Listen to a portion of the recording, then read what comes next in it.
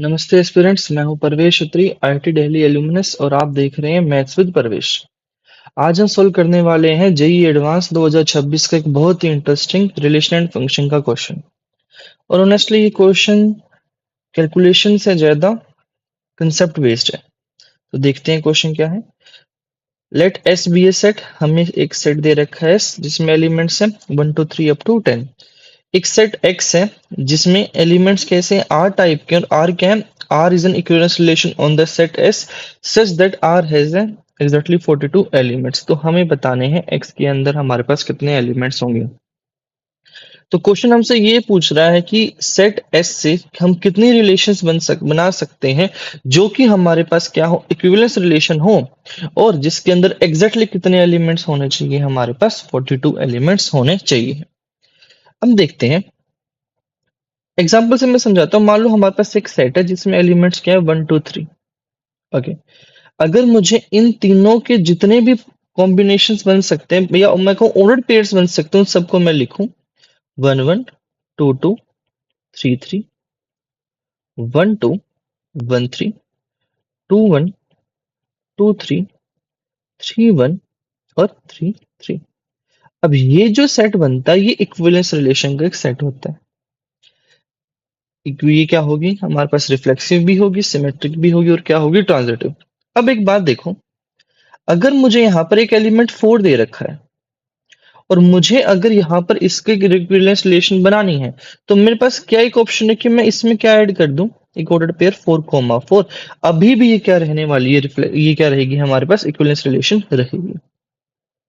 अच्छा, अगर मैं यहाँ पर 3, 4 कर दूं, तो नहीं, 3, 4 है, तो फिर ये सिमेट्री के लिए 4, 3 भी होनी पड़ेगी। अगेन 2, 3 है, 3, 4 है, तो क्या होगा, 2, 4। इस तरीके से हम इसको बढ़ाते जाएंगे। बट मैंने एक पैटर्न ऑब्जर्व क्या किया कि अगर ये तीन एलिमेंट्स के जितने भी कॉम्बिनेशन बन सकते हैं, ऑर्डर पेयर्स बन सकते हैं, उन सब का एक सेट ले लिया, और इस 4 का एक सेट ले लिया, तो भी इक्विवेलेंस रिलेशन बनेगी। और अच्छे से मैं समझाऊं, मान लो यहाँ पर हमारे पास 4 और 5 भी होते, तो मैं क्या कर सकता था, 4 और 5 को अलग से लेता, और इनके जितने भी हमारे पास ऑर्डर्ड पेयर्स बन सकते थे, मैं उनको लिखता। हाँ, तो अब एक ये हो गया, ये खुद में एक इक्विवेलेंस रिलेशन है, ये भी है, और दोनों का अगर मैं साथ लिखूं तो भी ये क्या रहने वाले, इक्विवेलेंस रिलेशन रहने वाली है। तो मैंने क्या किया, ये 1 से 5 थे, इसको मैंने दो सेट्स में बदल दिया। एक में 1 2 3 वाले आ गए, और एक में क्या आ गए, 4 5 वाले। अब इसी चीज को मैं देखूं कि हमारे पास क्या है, यहाँ पर एस सेट है, कितने एलिमेंट्स हैं, 1 से लेकर 10 तक है, 42 है। तो मान लो इस एन सेट्स को मैंने ना, जो हमारे पास है, पार्टीशंस कर देता हूँ इसके। क्या पार्टीशंस कर देता हूँ, N1 N2 up to N के।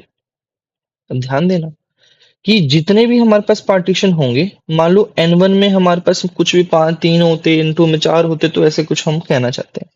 तो N1 plus N2 up to N के कितने होने चाहिए, 10 ही होने चाहिए। तो है ये कि हमारे पास 10 ही कितने हैं, एलिमेंट्स हैं। दूसरा, अब हमने देखा जैसे उसमें 3 एलिमेंट्स लेते, तो टोटल हमारे पास कितना वो बन गया था, 3 का 9 एलिमेंट्स बन गए, तो कितना हो गया, 3 स्क्वायर। ऐसे ही N1 से कितने बन जाएंगे हमारे पास, अगर मैंने पार्टीशन सेट किया, तो N1 से कितने एलिमेंट्स मिलेंगे, कितने ऑर्डर्ड पेयर्स मिलेंगे मुझे, N1 स्क्वायर।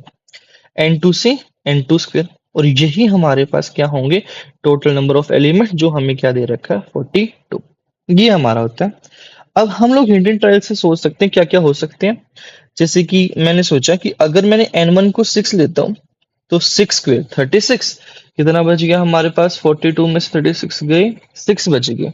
तो मैंने सोचा 6 को 4 1, हाँ ये हो सकता है। क्यों, 6 36 और 4 40, 41 42, और 6 प्लस 2 प्लस 1 प्लस 1 भी क्या होता है, 10। हाँ, तो ये प्रॉपर ये हमारा कॉम्बिनेशन बन सकता है। कहने का मतलब क्या है कि हमारे पास एक बन सकता है जिसमें कि 6 2 1 और 1। अब ये दिमाग में कैसे आएगा, ये आपको सोचना ही पड़ेगा।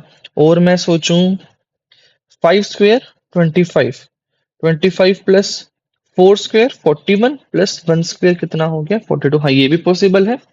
कितना हो जाएंगे, 5 4 और 1। ये हमारे पास कॉम्बिनेशन बनते हैं।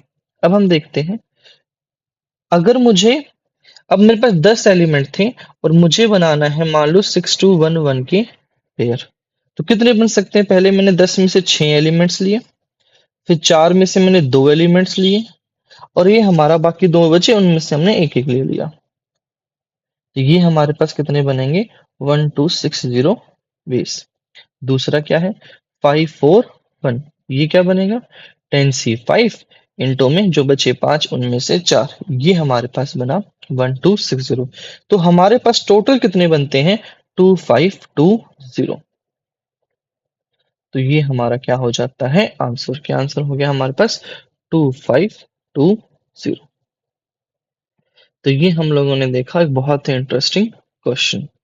अगर आपका भी ऑप्शन या आंसर 2520 आया था तो कमेंट में जरूर बताइएगा। वीडियो हेल्पफुल लगी हो तो लाइक कीजिए, शेयर कीजिए और मैथ्स विद परवेश चैनल को सब्सक्राइब कीजिए। और याद रखिएगा एक बात हमेशा, क्या कि कोई भी क्वेश्चन करें तो उससे पहले, कैलकुलेशन करने से पहले क्या करना है? सोचना है। Think before you calculate. तो मिलते हैं नेक्स्ट प्रॉब्लम में।